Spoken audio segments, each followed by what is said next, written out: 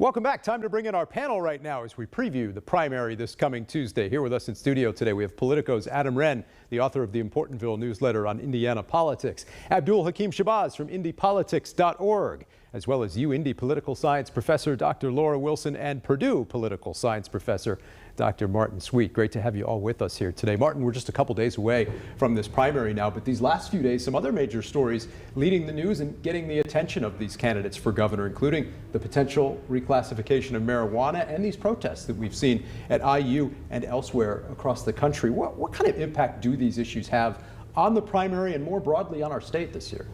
Well, I think these sort of issues can ignite some essentially new voters who are triggered by a particular issue.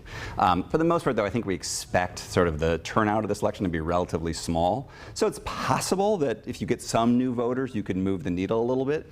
Although I did say I did have to look up how to pronounce fait accompli, because I believe this looks like this is probably bronze that we're looking at here. That's what we've been talking about here for several weeks now, Laura, as we look at this Republican primary in Indiana. There just haven't been all that many issues that have seemed to move the needle from start to nearly the finish now. Mike Braun has been there at the top of the polls without a lot of surprises, at least so far. Yeah, and we're talking about a really small group of primary voters. It makes sense, right? It's going to be your hardcore partisans that come out. But if you look back in 2022, you had 14% of voters that actually showed up to the polling place and cast a ballot. So the fact that issues don't necessarily move them, I think you're talking about a lot of name recognition. There's been a whole lot of money spent on these campaigns, right? That's what's going to drive the voters, and it's still a really small segment of the electorate and population. Abdul, what are you hearing in terms of the campaigns and the expectations that they have as we move closer to the primary on Tuesday, amidst a week that, as we mentioned, was kind of dominated by some other headlines in the news here, marijuana and these protests? From what I've heard is that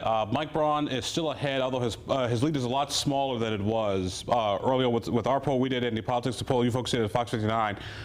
Suzanne Crouch is above like 20% now. I think the momentum is with her, but the question is, if I may use a racing analogy, I'm the last person to use any sports analogy whatsoever, the question is, does she have enough fuel to get past the finish line? We'll find out in the next couple of days. All right, Adam, what else are you watching for on election night this coming Tuesday? I'm really fascinated by the primary in the 5th Congressional District, whether or not there's support for the Ukraine involvement that the United States has had. Representative Victoria Spartz has sort of backed away from that, so it'll be interesting to see where the momentum is in that primary.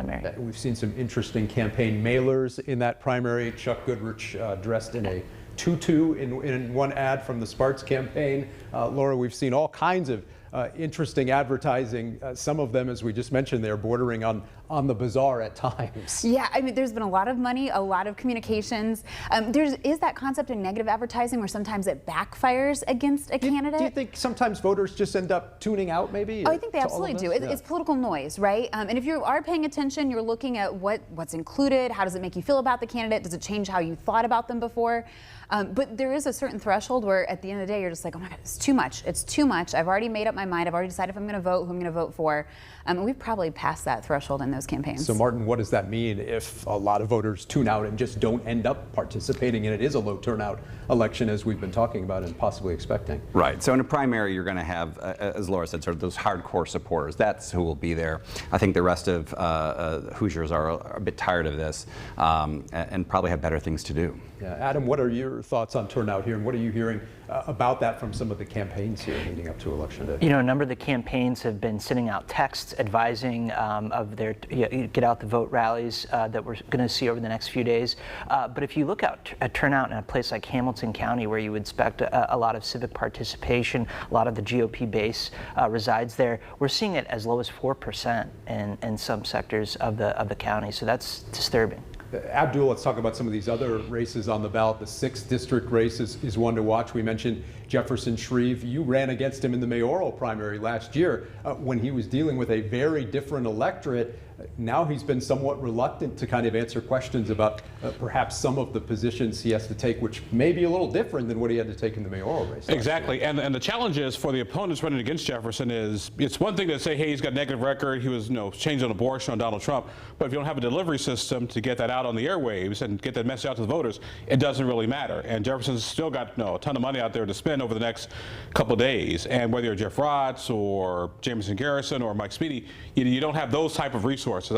I think the race is between Speedy and Jefferson right now, but people just get so disfranchised with the negative campaigning, just like in the 5th between Chuck Goodrich and Victoria Sparks. That's an opening for Raju Chintala in the 5th, and I want to say Jamison Carrier in the 6th, because people are like, hey, I'm tired of these two knuckleheads. I'm just going to vote for the non-annoying candidate right now. Nobody was expecting Mike Braun in 2018 in the primary when Rokita and Messer kept hitting each other there. What else do you have your eye on as we head into Tuesday night? I'll actually look into Indiana's 8th. A former member of Congress, Hostetler, who actually had a number of sort of anti-Israel positions, and so the Republican Jewish Coalition has done a $1 million ad buy, particularly with that issue against front him, and center right, right in now. Evansville, so in that area, and so that's a lot of money in that market. Will it be interesting to see how that plays out? And obviously, we're not just talking congressional races in the race for governor. A lot of important state house races on the ballot this Tuesday. There are, and not just even the primary. We know that the Democrats at the state level have said they want to flip 4 of those seats. That'll come in November with the general if they're able to do that.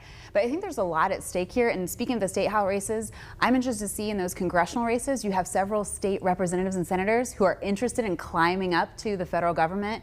Are they able to translate? Are they able to win on Tuesday night and leave from the Indiana General Assembly and serve in Congress? Senator Mike Young in the state house is one who's in a pretty contentious battle in a primary here. We could see some state house races perhaps come down to the wire over the next couple of days. What else are you guys watching for here? Actually, I'm watching a race involving my lovely wife. She's running for a convention delegate. Oh, there you go. Well, and that's on a macro scale a very big deal this year, because at the convention you have Micah Beckwith looking to run for lieutenant governor. And Todd Rokita running for attorney general, which is why I want my wife to be in the middle of all of that. But we don't, people who vote on convention delegates don't necessarily know who's backing Micah Beckwith or who isn't, Adam. That's going to be an interesting dynamic to watch for whoever emerges, if it's Mike Braun, here in the coming days, to decide what they're going to do in terms of a running mate. Yeah, I talked with Beckwith at the Hamilton County GOP Lincoln dinner this week, and he tells me that he's got 750 delegates locked up for the convention, and that's a significant